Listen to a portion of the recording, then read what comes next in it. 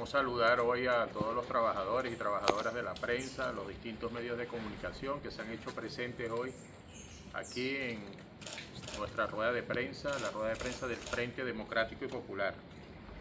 Una organización en construcción que está conformada por diversas organizaciones políticas y sociales que tenemos como objetivo fundamental la defensa de la Constitución de la República Bolivariana de Venezuela, la defensa de los derechos políticos, económicos y sociales de los trabajadores y trabajadoras y del pueblo en general.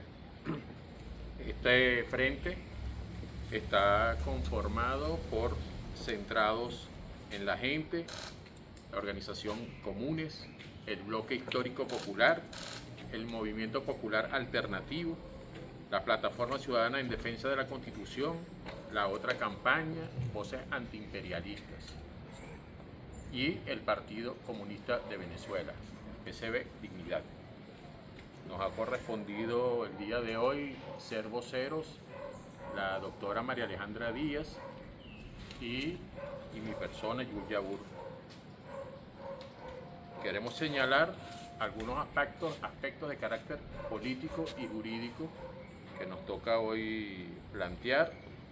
En primer lugar, el Frente Democrático Popular quiere manifestar y expresar su solidaridad con la compañera, la doctora María Alejandra Díaz, ante la agresión sufrida en el programa transmitido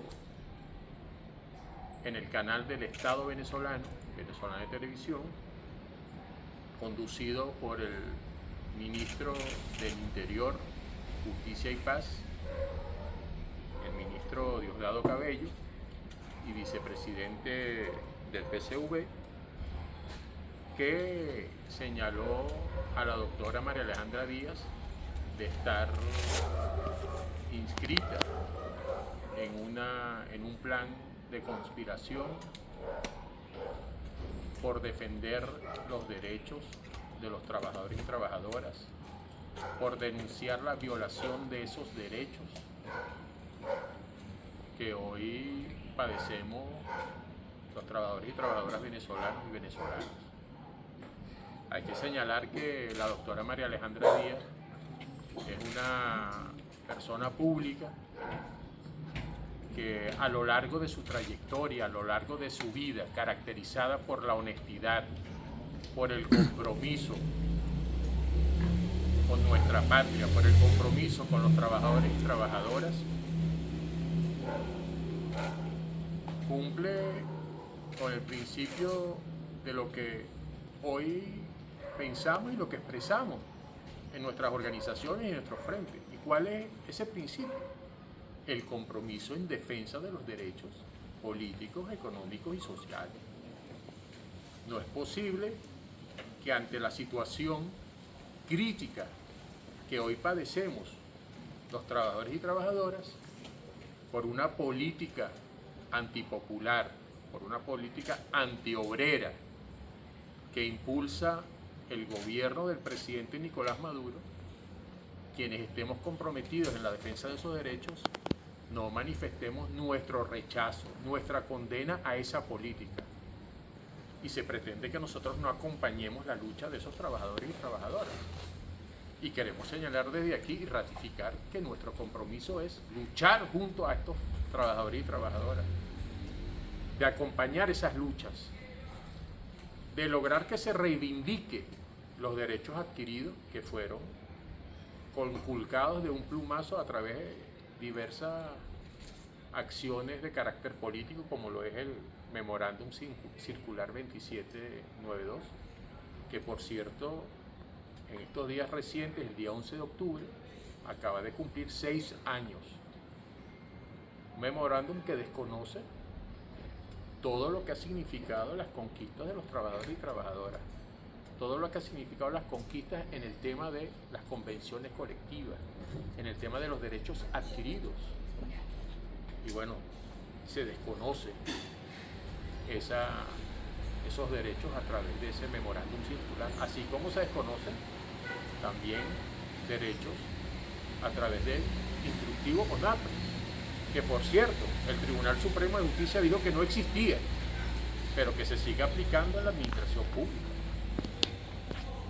Entonces, bueno, nuestro compromiso hoy que frente a esa política que ha conllevado a que vastos sectores de la administración pública y de trabajadores en general salgan a protestar, salgan a manifestar su descontento, salgan a denunciar de que hoy los aguinaldos se pretenden cancelar de manera fraccionada, violando la ley y violando la Constitución, violando la ley orgánica de trabajadoras y trabajadores. Y frente a un cuadro y un contexto de profunda crisis económica, donde los salarios hoy están prácticamente desaparecidos, donde los trabajadores y trabajadoras tienen que realizar diversas actividades, cumplir con diversas tareas, tener varios empleos para poder sobrevivir y adquirir sus necesidades básicas. Frente a esas acciones que violan la ley, repito, entonces se pretende estigmatizar a quienes defendemos los derechos de los trabajadores y trabajadoras, a quienes exigimos que se respete la Constitución en su artículo 91, salario suficiente para vivir dignamente. Sea el compromiso colectivo e individual, colectivo en cada una de nuestras organizaciones políticas, colectivo en este instrumento que se está creando y que se vienen incorporando diversos sectores del movimiento popular, no solamente en Caracas, sino a nivel nacional. Ya se están conformando los equipos del Frente Democrático Popular, y por cierto, y también de manera individual el compromiso que vamos adquiriendo. Y este es el caso de la doctora María Alejandra Díaz, que frente a esta situación lo que nos conlleva es a luchar más, a organizarnos más, a exigir el respeto de nuestros derechos con mayor fuerza, y ese es el compromiso del Frente y el compromiso de cada uno de nosotros. En segundo lugar, queremos señalar un hecho político que ocurrió el día de ayer, que fue la designación de un nuevo rector del Consejo Nacional Electoral, donde en la Asamblea Nacional se plantea abrir una investigación de carácter administrativa y penal. Y desde el Frente Democrático Popular nosotros consideramos que hay que abrir una investigación a todos los rectores principales y suplentes del Consejo Nacional Electoral para determinar su responsabilidad penal y administrativa frente al país.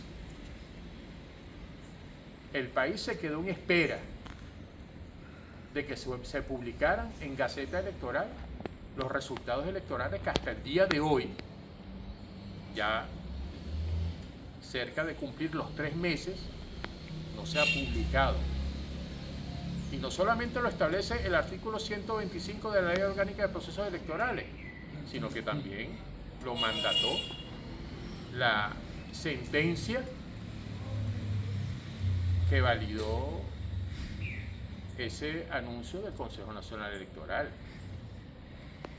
del cual la doctora María Alejandra Díaz se va a pronunciar, y de las acciones que venimos desarrollando. Pero hay responsabilidad penal y administrativa frente al país. ¿Y qué se pretende? Que los venezolanos y venezolanas entonces se nos olvide ese hecho, que todo el mundo se ponga a celebrar las Navidades y que se olvide de un hecho político de esa magnitud, que a través de la sentencia entonces fue como se eligió al presidente Maduro. O sea, yo creo que esta crisis de poder que hoy se presenta, porque un Consejo Nacional Electoral que da un primer anuncio, un segundo anuncio y luego 2 meses y nadie sabe dónde está el Consejo Nacional Electoral ni los rectores. No es posible consignar ningún documento, no es posible consignar ninguna comunicación como lo hemos intentado hacer y no se ha podido. Entonces todo queda así. El periodo oligárquico burgués, conocido como la Cuarta República, popularmente, se impuso la lógica y la consigna de el acta mata votos. Y parece que ahora es que la sentencia mata votos. Entonces, frente a este hecho de gran envergadura, por supuesto que nosotros exigimos que el Consejo Nacional Electoral cumpla con su obligación legal establecida en la ley orgánica de procesos electorales en su artículo 25, donde tiene que publicar en Gaceta Electoral los resultados electorales. Y este hecho, por supuesto, ha conllevado a las protestas populares que han surgido. Protestas populares que tuvieron una respuesta de gran represión por parte del Estado, por parte del gobierno, por parte de los organismos del Estado venezolano, donde de una vez se les calificó de terroristas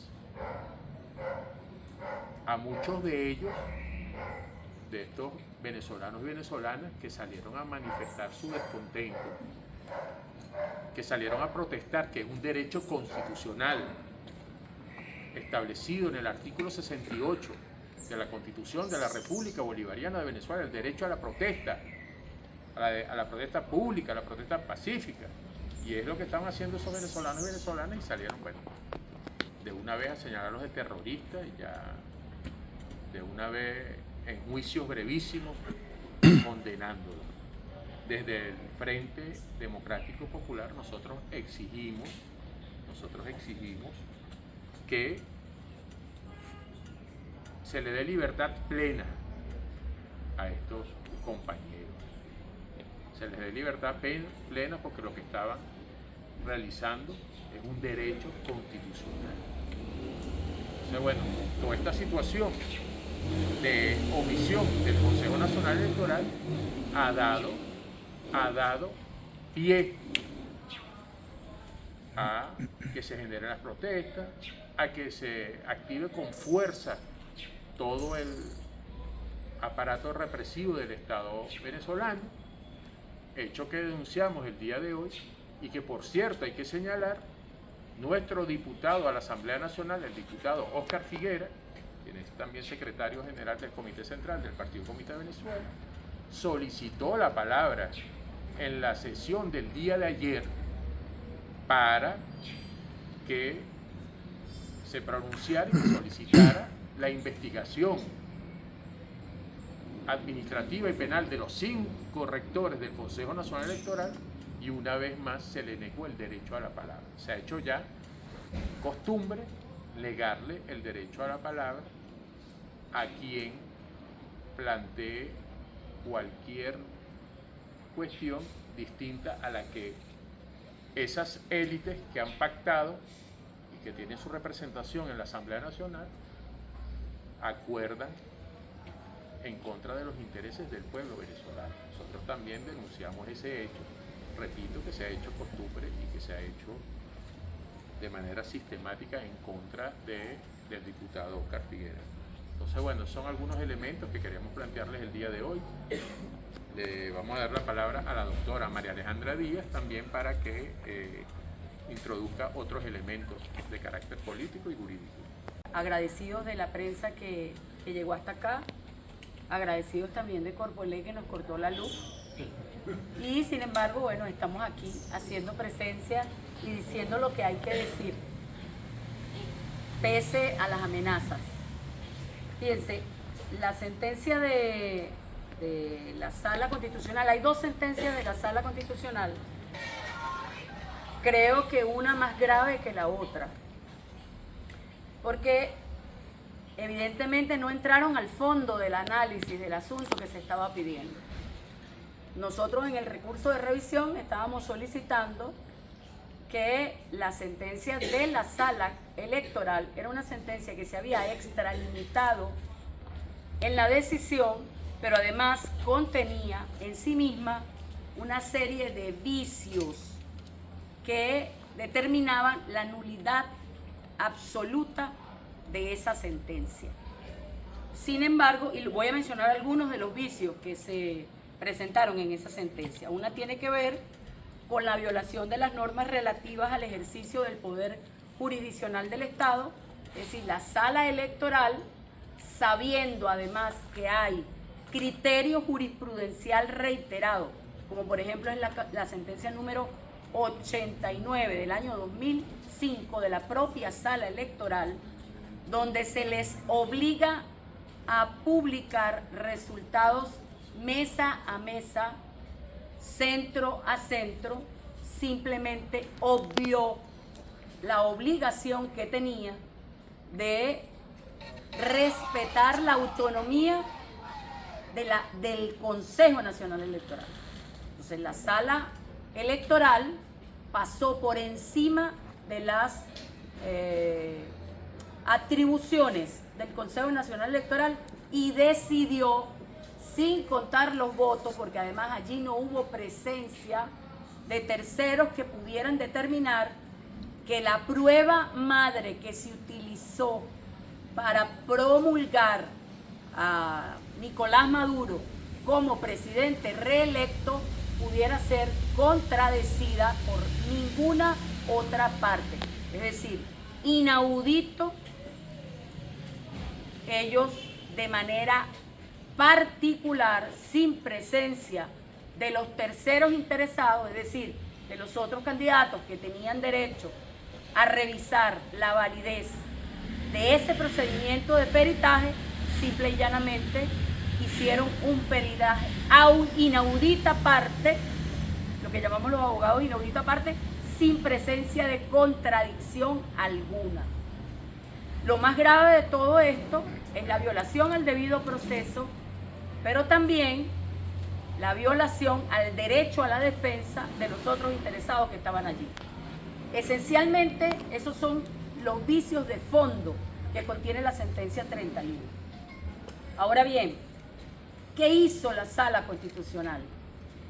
Despachó de manera olímpica la posibilidad de ejercer su autoridad en materia constitucional establecida en el 336 y en el 337, de revisar la constitucionalidad o no de esa sentencia. La segunda sentencia que emite la Sala Constitucional incluso es más grave aún, porque establece que la sentencia 31 de la Sala Electoral es inapelable, pero además es cosa juzgada. Es decir, sella la posibilidad de cualquier otro recurso, de la verificación ciudadana, del conteo, además, voto a voto para verificar, porque además es un derecho que está establecido en la Constitución, y además renuncia a su propia jurisprudencia. Esto es lo más insólito de todo. Y voy a dar algunos datos.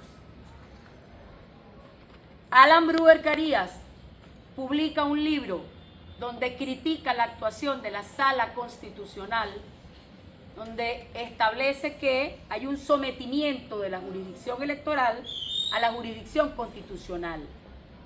Y eso viene, esa jurisprudencia viene desde el año 2002 en sentencias, y la voy a dictar: 2747 del 22 de enero del 2003, en sentencia del 2003 del 19 de marzo, en sentencia 2073, 2341, respectivamente de agosto del 2003, el 11 de marzo del 2004, la Sala Constitucional incluso le ordena a la Sala Electoral inhibirse de tomar decisiones cuando estén en discusión derechos que sean carácter constitucional, y además porque es un tema de orden público. Lo más insólito de todo esto es que la Sala el Constitucional, en todas estas sentencias que acabo de dictar, ratifica su competencia para el conocimiento de causas donde esté en juego los derechos constitucionales. Pues en este caso, que lo que está en juego nada más y nada menos es la soberanía popular, la Sala Constitucional finge demencia y se hacen los locos y renuncian a su obligación de ejercer el control de la constitucionalidad. Pero además, la Sala lo ratifica en las siguientes sentencias: 442 del 23 de marzo del 2004, del 12 de abril del 2004, sentencia 566, que además es doctrina de carácter vinculante. ¿Qué significa esto? Que pasa a ser ley. Si es doctrina de carácter vinculante de la Sala Constitucional, ninguna otra sala puede violarlo, puede violentarlo. Bueno, en este caso no solamente lo violentó la Sala Electoral, sino que además la propia Sala Constitucional echa para atrás su propia doctrina jurisprudencial que está vigente desde el año 2003 hasta el año 2012. La última sentencia a este respecto es del 7 de junio del 2012 y es la 793, donde la Sala Constitucional declara sin lugar una sentencia de la Sala Constitucional, procede a ejercer el control de la constitucionalidad como carácter vinculante y además impide a la Sala Electoral pronunciarse cuando esté en juego derechos constitucionales.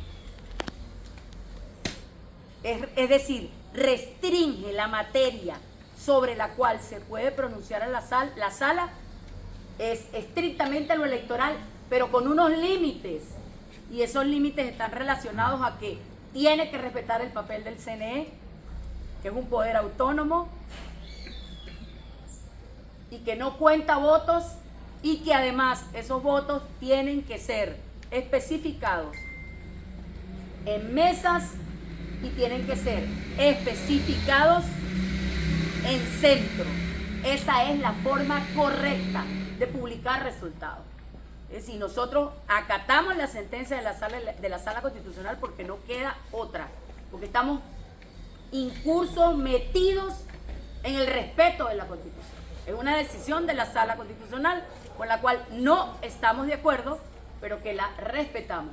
Y ejerceremos los recursos legales que aún quedan pendientes para nosotros defender el derecho soberano de todo el pueblo. Aquí no estamos defendiendo una particularidad. Está equivocado el señor ministro cuando pretende acusarnos de que estamos trabajando para una parcialidad política. El único trabajo que nosotros hemos hecho en los últimos 20 años de incursión política en la política venezolana es la defensa irrestricta e intransigente de la Constitución. Y lo seguiremos haciendo. Creo que la fuente de información del ministro, además su fuente de inteligencia y contrainteligencia, lamentablemente lo está informando mal y lo está haciendo ver muy mal porque se basa en puro chisme. Es muy feo lo que está sucediendo. Porque además, si de algo se me puede señalar a mí en lo personal, y aquí asumo mi defensa, mi propia defensa personal, es de respetar, defender los derechos constitucionales de todos los venezolanos sin distingo. Ni son opositores, aquí no hay divisiones. No puede haber divisiones. Estamos defendiendo los derechos de los venezolanos. Y por eso yo exijo respeto para el trabajo que se está haciendo. Y además quería culminar. Este es un libro que nosotros publicamos. Esta es nuestra especialidad. El estudio de los límites del control de la constitucionalidad. Y encontré una cosa bien particular en este libro, en el prólogo del libro. Un prólogo firmado por Germán Escarrá, presidente de la Comisión Permanente Constitucional de la Asamblea Nacional Constituyente, en donde el doctor Escarrá dice lo siguiente: es claro que las otras salas del Tribunal Supremo de Justicia pueden realizar interpretaciones de la Constitución, pero las que realiza la Sala Constitucional tienen carácter vinculante y valor precedente de obligatoria aplicación. Es decir, la Sala Electoral con estas dos sentencias lo que acaba de hacer es echar por tierra el 336 y el 337 y su propia facultad de ejercer el control de la constitucionalidad cuando una sentencia de cualquier sala contraviene la Constitución. Sobre todo esta sentencia de la Sala Electoral, que tiene serios vicios de inconstitucionalidad. Porque además, hay otro detalle, lo único rescatable de las dos sentencias, que no son sentencias, fíjense, qué particular. ¿Y saben por qué no son sentencias? Porque lo que publicaron en el correo o en la página del Tribunal Supremo de Justicia es la dispositiva. Venezuela no tiene acceso ni a la motiva ni a la sentencia en copia certificada. Es una manera ahora muy particular de dictar la sentencia. No tenemos acceso a la sentencia. No sabemos cuál es el motivo por el cual declararon inadmisibles los dos recursos que se intentaron. Y eso es una violación al debido proceso porque hay una falta de motivación de la sentencia.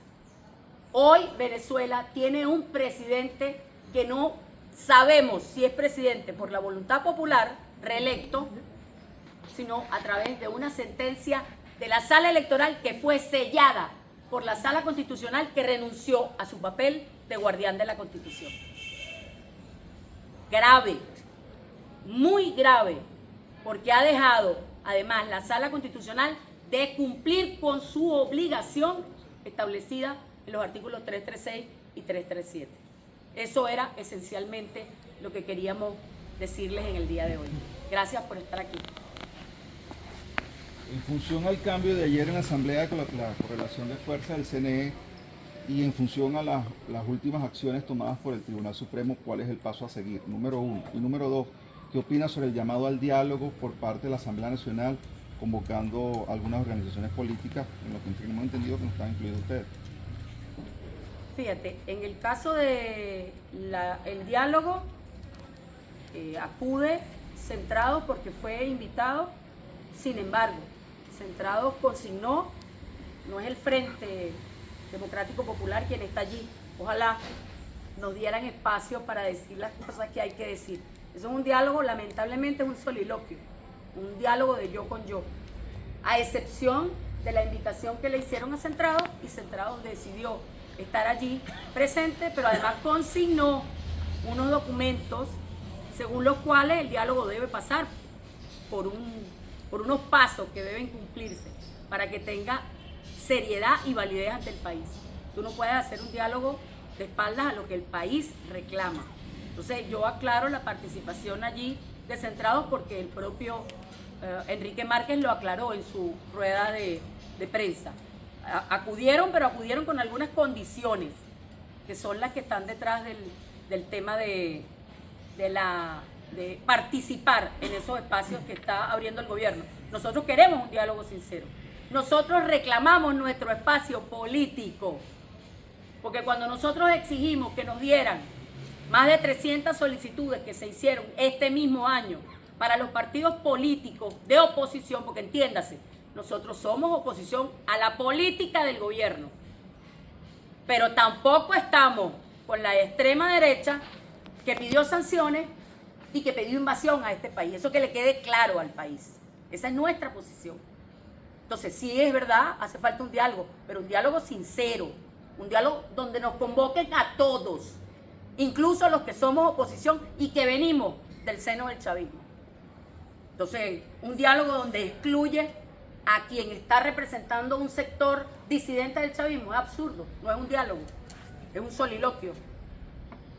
Ante el cambio de la correlación de fuerza del CNE y la respuesta del tribunal, ¿cuál es el paso a seguir? En relación al tema del Consejo Nacional Electoral, ya nosotros lo hemos señalado, nosotros vamos a exigir, y y vamos a actuar para que se investiguen las responsabilidades administrativas y penales de los 5 rectores frente al país, donde hasta el día de hoy no se han publicado ningún tipo de resultados frente al pueblo venezolano. Y también el Frente Democrático Popular tiene previsto introducir un recurso de abstención y carencia por la falta de acción y por supuesto toda la respuesta irresponsable de no publicar los resultados electorales del Consejo Nacional Electoral. Son acciones de carácter político y de carácter jurídico que estará desarrollando el Frente Democrático Popular en los próximos días.